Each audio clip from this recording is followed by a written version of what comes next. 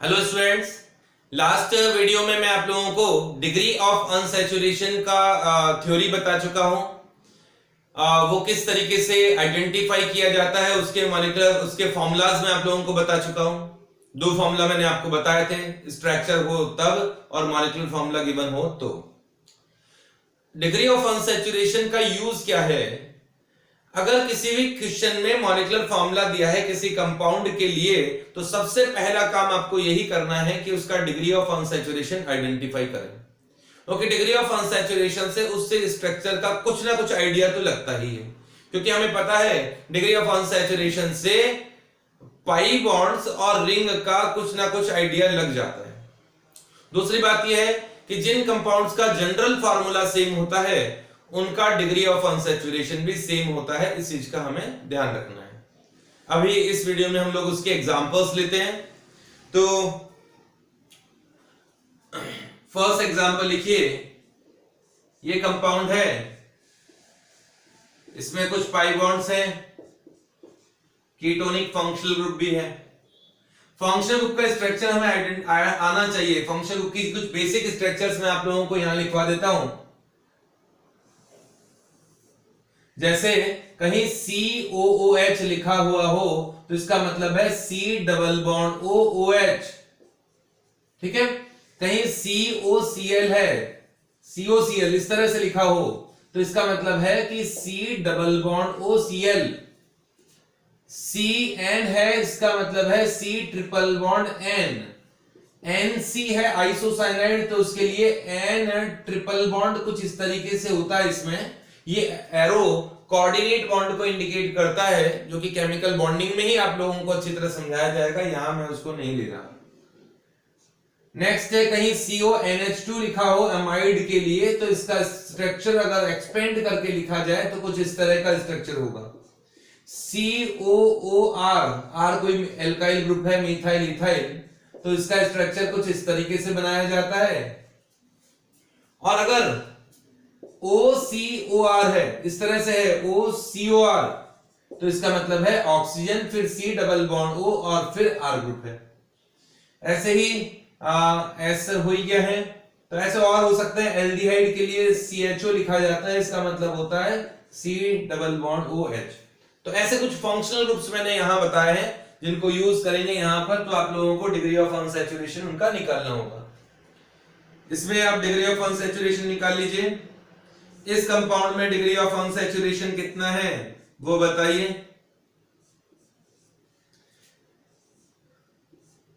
Compound third दे रहा हूं मैं। इस कंपाउंड में डिग्री ऑफ अनसैचुरेशन का आइडिया बताइए, क्या है आप लोगों का हिसाब, क्या कहता है?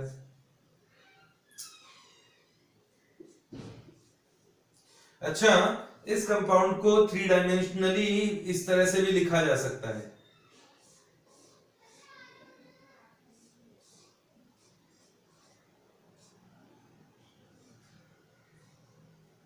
ठीक है, ये एक बाइसाइक्लिक कंपाउंड है। इसमें और इसमें बीच में यहां एक CH2 को यहां लिख दिया गया है। एक्चुअल स्ट्रक्चर इसका बुक स्ट्रक्चर ये होता है, इसे यूं भी बना दिया जाता है कई बार। ये स्ट्रक्चर है और यहां डबल बॉन्ड है, वो तो आपको दिखाई दे रहा है। इन दोनों कार्बन पर एक CH2 बीच में है, उस CH2 को यहां बना दे, तो आप ये मत समझ लेना कि यहाँ एक बॉन्ड, एक कार्बन है, यहाँ कार्बन नहीं है। यहाँ इस CH2 को प्लेन से ऊपर शो किया गया है, उसकी 3D स्ट्रक्चर बनाई गई है। तो यहाँ आप 3 रिंग्स नहीं समझ रहे हैं, यहाँ 2 रिंग ही है। ये यहाँ कार्बन नहीं है, ये बॉन्ड प्लेन के ऊपर से आ रहा है। ठीक है, एग्जाम्पल नंबर थर्ड, फोर्थ लेते हैं। ये रही बेंजीन रिंग और इस बेंजीन रिंग पर कुछ फंक्शनल ग्रुप हैं, CHO, COOCH3, COOH, CN और C ट्रिपल बॉन्ड H और CH3। ठीक है, एक कंपाउंड और लेना है मुझे। ये है एक क्लोज चेन स्ट्रक्चर, कुछ इस तरह का, क्यूब के टाइप की स्ट्रक्चर है, क्यूब जैसी, क्यूबेन कहते हैं इसे, क्यूबेन। ठीक है, इनमें डिग्री ऑफ अनसैचुरेशन आइडेंटिफाई कीजिए पहले, फिर मैं मॉलिक्यूलर फॉर्मूला दूंगा। आप लोगों को लास्ट वीडियो में जो मैंने फॉर्मूला बताए थे, अगर किसी कंपाउंड का स्ट्रक्चर बना हुआ है, यहां सभी में स्ट्रक्चर दिया हुआ है मैंने, तो स्ट्रक्चरल फार्मूला गिवन हो तो आप वहां केवल pi bond plus ring count कर लीजिए, और कुछ करने की जरूरत नहीं है। ठीक है, तो आप लोग इसे सॉल्व कीजिए, वीडियो पॉज करके इसे सॉल्व करो। आप लोगों ने सॉल्व कर लिया होगा, हम लोग सॉल्व करते हैं। यहां का degree of unsaturation 1 2 3 4 5 pi bond है इसमें, 1 2 3 4 एंड 5 पाई बॉन्ड है, रिंग कोई नहीं है, तो इसका डिग्री ऑफ अनसैचुरेशन 5 है। यहां एक रिंग भी है और डिग्री ऑफ अनसैचुरेशन पाई, इसमें 4 बॉन्ड है और एक रिंग है, इसका भी 5 ही आएगा, एक रिंग और 4 पाई बॉन्ड। इन सभी कंपाउंड्स में रिंग आपको 2 दिखाई दे रही होगी, ये 2 रिंग है, यहां जरूर आपको 3 दिख रही है, लेकिन ये 2 ही होती हैं। और पाई बॉन्ड काउंट करें तो 2 पाई बॉन्ड है, इसका डिग्री ऑफ अनसैचुरेशन 4 होना चाहिए। यहां देखते हैं, बेंजीन रिंग में ऑल्टरनेट मल्टीपल बॉन्ड्स होते हैं और एक रिंग तो आपको दिखाई दे रही है, तो एक तो रिंग का है, और पाई बॉन्ड कितने काउंट करने पड़ेंगे, तो 1 2 3। एल्डिहाइड में मैंने अभी आपको ग्रुप्स बताए, वो उनको देखकर आइडेंटिफाई करें।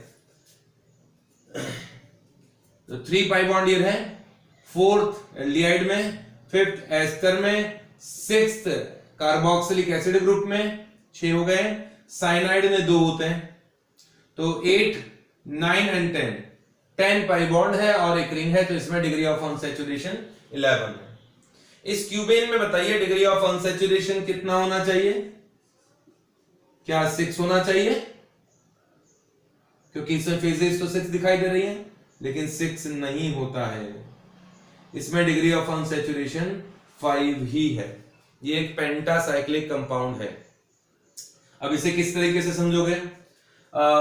इसे 2 तरीके से समझाया जा सकता है। पहले तो आप ऐसा कीजिए, इसको मॉलिक्यूलर फॉर्मूला से काउंट कीजिए। इसमें कॉर्नर है 8, क्यूब के 8 ही कॉर्नर होते हैं, और हर कार्बन का 3 कार्बन से तो बॉन्ड है और एक हाइड्रोजन से बॉन्ड है, तो हाइड्रोजन, इसका मॉलिक्यूलर फॉर्मूला ये हो गया C8H8।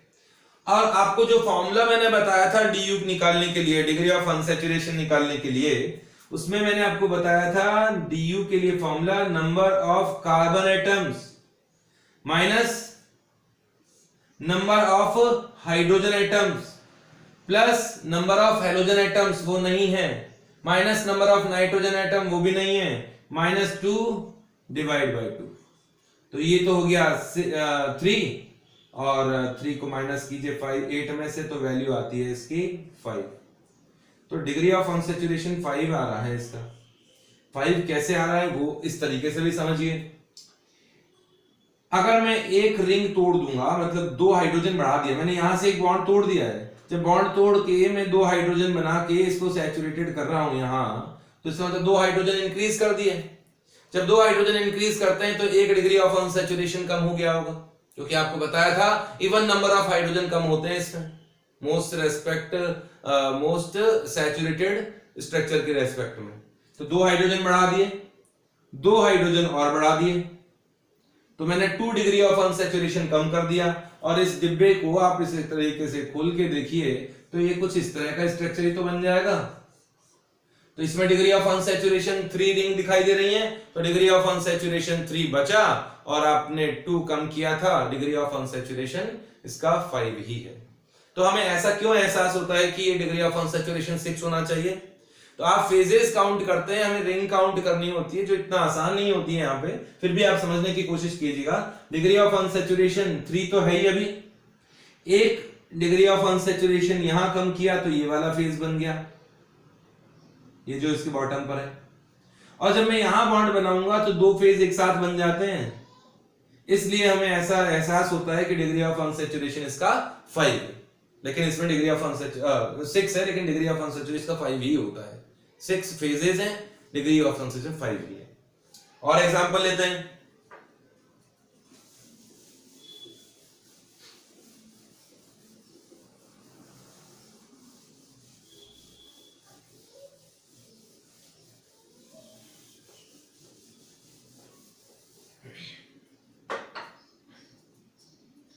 एग्जाम्पल नंबर 6, कंपाउंड है C8H10, ये कंपाउंड ले लेता हूं।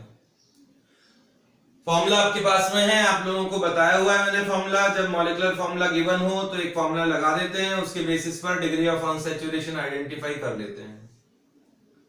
ये कंपाउंड है सेकंड।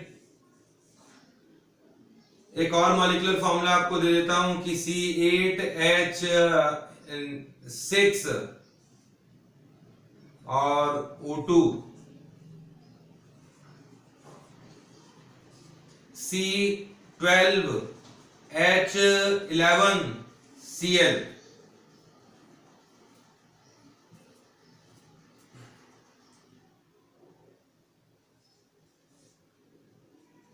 C11H9 nitrogen. ये कुछ बेसिक से स्ट्रक्चर्स दिए हैं, उनका डिग्री ऑफ अनसैचुरेशन आप पहले निकाल लीजिए। आपको फॉर्मूला बताया हुआ है, जल्दी से वीडियो पॉज कीजिए और इसे सॉल्व करो।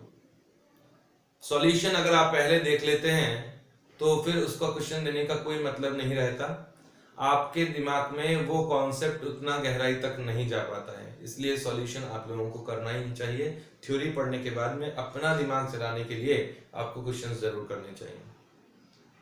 तो आप लोगों ने कर लिए होंगे।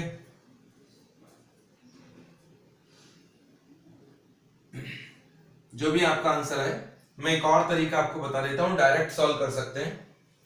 आप ऐसा करना कि उसे हाइड्रोकार्बन में कन्वर्ट करके और फिर किसी एल्केन से कंपैरिजन कर लेना, उतने ही कार्बन वाले एल्केन से। जैसे ये तो पहले से ही हाइड्रोकार्बन है, इसमें अगर ये एल्केन होता तो हाइड्रोजन डबल से 2 ज्यादा होते। तो हाइड्रोजन है इसमें अभी तो 10 है, होने कितने चाहिए थे? 18 होने चाहिए थे। डबल से 2 ज्यादा मतलब 18 होने चाहिए थे। तो डिग्री ऑफ अनसैचुरेशन 18, इसका आएगा 4, क्योंकि 18 के रेस्पेक्ट में इसमें 8 हाइड्रोजन कम है, तो इवन नंबर ऑफ हाइड्रोजन कम होते हैं, तो हम लोग DU निकालते हैं उस हिसाब से। तो इसमें 8 हाइड्रोजन कम है, तो डिग्री ऑफ अनसैचुरेशन उसका 4 आएगा। ऑक्सीजन की प्रेजेंस से डिग्री ऑफ अनसैचुरेशन पे कोई फर्क नहीं पड़ता है, याद करो फॉर्मूला में भी ऑक्सीजन का कहीं यूज नहीं आ रहा था। तो ऑक्सीजन से हाइड्रोजन के नंबर पे कोई कम ज्यादा नहीं होते हैं। आप डायरेक्ट कंपैरिजन कर लीजिए, अगर ये एल्केन होता तो इसमें हाइड्रोजन होने चाहिए थे कितने? 18, डबल से 2 ज्यादा, तो 18 से कितने कम है? 6 कम है, तो डिग्री ऑफ अनसैचुरेशन इसका हो गया 3। ऑक्सीजन से कोई फर्क नहीं पड़ता। अगर ये एल्केन होता तो इसमें हाइड्रोजन होने चाहिए थे कितने? 18 हाइड्रोजन होने चाहिए, उसके रेस्पेक्ट में कितने हाइड्रोजन कम है? 12 हाइड्रोजन कम है, तो DU की वैल्यू हो गई 6 इस कंपाउंड के लिए। और इस कंपाउंड के लिए सुनिएगा, अगर हेलोजन होता है तो आप ये समझ लीजिए वो हेलोजन किसी एक हाइड्रोजन को रिप्लेस करके आया है। किसी मॉलिक्यूलर फार्मूला में जितने हेलोजेंस हैं वो हेलोजेंस किसी हाइड्रोजन को रिप्लेस करके आए होंगे, ऐसा मानते हुए आप उस जितने हेलोजन है उतने हाइड्रोजन पहले बढ़ा देना, इंक्रीज करके फिर कंपैरिजन करना। जैसे अगर ये हेलोजन नहीं होता तो इसका मॉलिक्यूलर फार्मूला होना चाहिए था ये वाला, इसमें हाइड्रोजन एक बढ़ा देना है, इंक्रीज कर देना है। अब कंपैरिजन कर लो एल्केन से। एल्केन में के अकॉर्डिंग इसमें हाइड्रोजन होने चाहिए कितने? डबल मतलब 24 से 2 ज्यादा मतलब 26 होने चाहिए। 26 के रेस्पेक्ट में कितने हाइड्रोजन कम है? यहाँ 26 के रेस्पेक्ट में 14 हाइड्रोजन कम है। 26 के रेस्पेक्ट में 14 हाइड्रोजन कम है, ठीक है। तो DU की वैल्यू इसमें होनी चाहिए 7। क्लियर है यहां तक के कॉन्सेप्ट? जितना हेलोजेंस हो उतने हाइड्रोजन इंक्रीज करके फिर कंपैरिजन कर लेना चाहिए। नेक्स्ट है ये वाला, नाइट्रोजन का केस बिल्कुल रिवर्स है। नाइट्रोजन के केस में जितने हाइड्रोजन्स हैं वो उतना हाइड्रोजन बढ़ा देने चाहिए, जितने नाइट्रोजन है उतने हाइड्रोजन, सॉरी उल्टा बोल गया। हाँ, हेलोजन के केस में तो हाइड्रोजन हमको इंक्रीज करना चाहिए, नाइट्रोजन के केस में उतना हाइड्रोजन कम कर देना चाहिए। रीजन ये है कि नाइट्रोजन अपने साथ एक्स्ट्रा हाइड्रोजन लेके आता है, ठीक है। तो अगर नाइट्रोजन नहीं होता तो एक हाइड्रोजन कम कर देना है, डिक्रीज करना है। हेलोजन के केस में हाइड्रोजन इंक्रीज करना है, नाइट्रोजन के केस में हाइड्रोजन डिक्रीज करना है। तो अगर नाइट्रोजन नहीं होता तो एक हाइड्रोजन भी कम होता, और अगर ये एल्केन होता तो इसमें हाइड्रोजन होते डबल से 2 ज्यादा मतलब कि 24, उसमें 26 थे, इसमें 24, 24 के रेस्पेक्ट में कितने हाइड्रोजन कम है?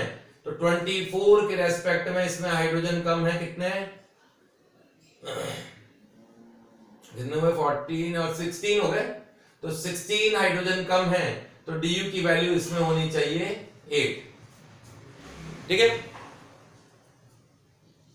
एग्जाम्पल नंबर 11, इसमें मैं कार्बन देता हूं आपको। ये 6 कार्बन है, यहां कुछ नाइट्रोजन हाइड्रोजन है, 2 नाइट्रोजन भी है, 1 फ्लोरीन है, 2 क्लोरीन है, 3 ऑक्सीजन है। डिग्री ऑफ अनसैचुरेशन आइडेंटिफाई कीजिए फटाफट।